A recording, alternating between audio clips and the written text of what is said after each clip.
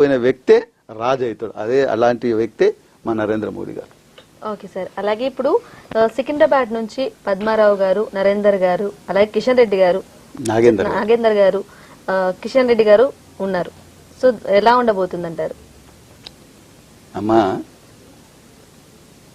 కిషన్ రెడ్డి గారు మా బీజేపీ అభ్యర్థి మొన్న గెలిచిండు. అంతకుముందు మా పెద్దలు దత్తాత్రేయ గారు గెలిచిండ్రు. సికింద్రాబాద్ నుంచి నాగేందర్ని తీసుకొచ్చిరటని మీరు అర్థం చేసుకోండి. Already Nagender BRS MLA, Padmarao ఇప్పుడు సికింద్రాబాద్ ఎమ్మెల్యే. ఈయన ఎమ్మెల్యే, ఆయన ఎమ్మెల్యే. ఈయననేమో బీఆర్ఎస్లోకి వెళ్ళి వచ్చిండు, కాంగ్రెస్కి వెళ్ళి పోటీ చేస్తుండు. ఆయన ఆల్రెడీ ఒకసారి ఇప్పుడు ఎమ్మెల్యే రన్నింగ్లో ఉన్నాడు. అంటే వాళ్ళు ఎంత ఇబ్బంది పడుతున్నారు ఏ విధంగానన్నా కిషన్ రెడ్డి గారిని ఓడించాలని. కానీ ఆ ఇద్దరితో కూడా కాదు. ఎందుకు కాదని చెప్తున్నంటే, నాగేందర్ గారు మొన్ననే ఇప్పుడు బీఆర్ఎస్ల పార్టీలో ఉండి ఆయన ఇమ్మీడియట్ కాంగ్రెస్లోకి వస్తే కాంగ్రెస్ వాళ్ళు కూడా ప్రజలు కూడా యాక్సెప్ట్ చేయాలి కదా. ఏంది ఇది అర్థం కాదు. ఆల్రెడీ ఒక పదవి ఉన్నది, ఉండగానే రన్ చేసి తీసుకొచ్చి ఈయన అభివృద్ధి అంటే ఉన్న పార్టీలోనే వెళ్ళాలి అనే కూడా ఉండొచ్చు కదా.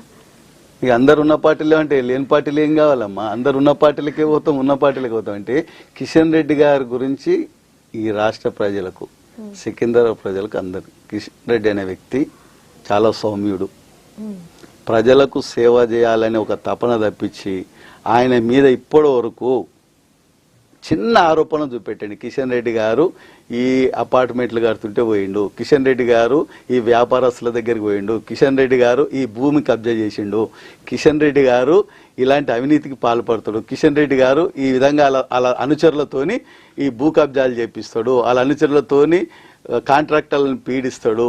కిషన్ రెడ్డి గారు 3 సార్లు ఎమ్మెల్యే, ఒకసారి ఎంపీ, మంత్రిగా కూడా పలాని కిషన్ రెడ్డి వ్యక్తులు వచ్చి మమ్మల్ని ఇబ్బంది పెట్టిండని మీ న్యూస్లో కానీ పేపర్లో కానీ స్థానికంగా ఉన్న ప్రచారం ఎక్కడైనా ఉందో ఒక్కటి చెప్పండి. ఇప్పుడు మీరు చెప్పిన వ్యక్తుల గురించి కూడా నేను కామెంట్ చేయను, కానీ తెలుసుకోండి. ఎక్కడో దగ్గర పలాని వ్యక్తి వచ్చిండు, పలానా మనిషి అంట, పలానా ఎమ్మెల్యే మనిషి అంట, పలానా ఏ వ్యక్తి మనిషి అంట, ఆ వ్యక్తి మాకు వచ్చిండు, బిల్డింగ్ కడుతుంటే ఇబ్బంది పెట్టిండు, భూ కబ్జా చేసిండు, గుడి జాగా తీసుకుండు, చెరువు తీసుకున్నాడు, ఇన్ని ఆరోపణలు ఉన్నాయి. అవి నిజమా అబద్ధమా తెలియక ఆరోపణలు అవుతున్నాయి. మరి కిషన్ రెడ్డి గారికి ఒక్కటి చూపెట్టండి. ఒక కార్యకర్త కిషన్ రెడ్డి పేరు చెప్పి కేంద్ర మంత్రి, హోంశాఖ సహాయ మంత్రి చేసిండు, ఇప్పుడు టూరిజం మంత్రి చేస్తున్నాడు. ఒక్క చిన్న ఆరోపణ, లేకపోతే కిషన్ రెడ్డి మనుషులకి ఈ పని చేపిస్తున్న డబ్బులు తీసుకొని ఇట్లా చేసిండు. ఈ బేస్ చేసుకుంటే ఈ హైదరాబాద్ పట్టణంలో అందరు విద్యావేత్తలే ఉన్నారు. కిషన్ రెడ్డి గారి గురించి తెలుసు. కిషన్ రెడ్డి గారిని గెలిపించాలి, ఇట్లాంటి వ్యక్తి ఉండాలని కోరుకుంటుండ్రు. నరేంద్ర మోడీ గారు తోడై కిషన్ రెడ్డి గారు ఎవరు నిలబడ్డా సికింద్రాబాద్కి వెళ్ళి కిషన్ రెడ్డి గారు గెలవడం ఖాయం. మళ్ళా కేంద్ర మంత్రిగా నరేంద్ర మోడీ గారి ప్రభుత్వంలో ఉండడం కూడా ఖాయం. ఓకే. అలాగే బీజేపీ నుంచి మీరు అంటే ఏ విధంగా ముందుకెళ్తున్నారు సార్?